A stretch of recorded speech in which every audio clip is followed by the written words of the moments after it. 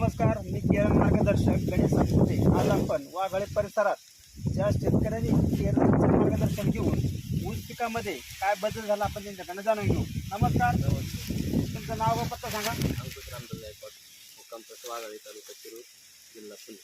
तर तुम्ही आता ऊस पिकासाठी केरळचं मार्गदर्शन घेतलंय. आता हे ऊस किती महिने झालेलं आहे? 11.5 महिने. 11.5 महिन्यात ऊस झालेलं आहे, बरोबर. आपण केरळचं मार्गदर्शन 2 वेळा घेतलंय, 2 ॲप्लिकेशन दिली ना. आज आपण तुमचं ऊस तोडून चालू आहे, म्हणजे बेंजल ऊस दिलाय, बरोबर ना. आता एक क्षेत्र तुटलंय. किती क्षेत्र तुटलंय?